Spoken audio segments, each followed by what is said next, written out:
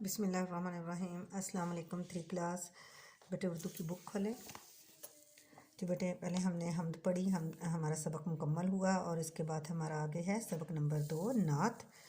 آج ہم اس کی ریڈنگ کریں گے اور اس کے ساتھ اس کے املا کے الفاظ کریں گے، ٹھیک ہے؟ میرے ساتھ ریڈنگ کیجئے۔ آپ کی ذات سب سے اعلیٰ ہے، یعنی آپ صلی اللہ علیہ وسلم کی ذات سب سے اونچی ہے، بڑی ہے۔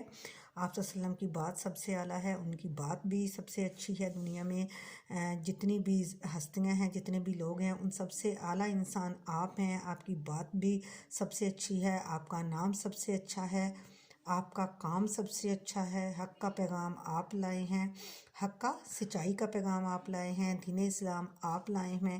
اچھا جو دین ہے، ہمارا دین جو ہے اسلام ہے، یہ کون لے کے آیا ہے؟ کن پہ نازل ہوا؟ کنہوں نے ہمیں راہ ہدایت دی؟ نبی پاک صلی اللہ علیہ وسلم نے۔ آپ نے سب کی رہنمائی کی، یعنی ان کو سیدھا رستہ دکھایا، ان کا ساری مخلوق سے بھلائی کی۔ جو بھی مخلوق پیدا ہوئی دنیا میں، جو لوگ آئے ہیں اللہ کے پیدا کیا ہوئے لوگ ان کے ساتھ اللہ تعالیٰ نبی پاک صلی اللہ علیہ وسلم نے بھلائی کی۔ روشنی آپ ہی کے دم سے ہے، آپ کی وجہ سے روشنی ہے، زندگی آپ کے قدم سے ہے۔ اے یتیموں کے غمگسار سلام۔ اے یتیم جن کے ماں باپ نہیں ہوتے، یعنی جن کے باپ کا سایہ سر پہ نہیں ہوتا، ان کا دکھ درد بانٹنے والے تجھ پہ سلام۔ اے مدینے کے تاجدار، اے مدینے کے بادشاہ، تجھ پہ سلام۔ بیٹے یہ نظم لکھی، یہ نعت جو ہے، اس نظم کے لکھنے والے ہیں محمد اسحاق جلال پوری۔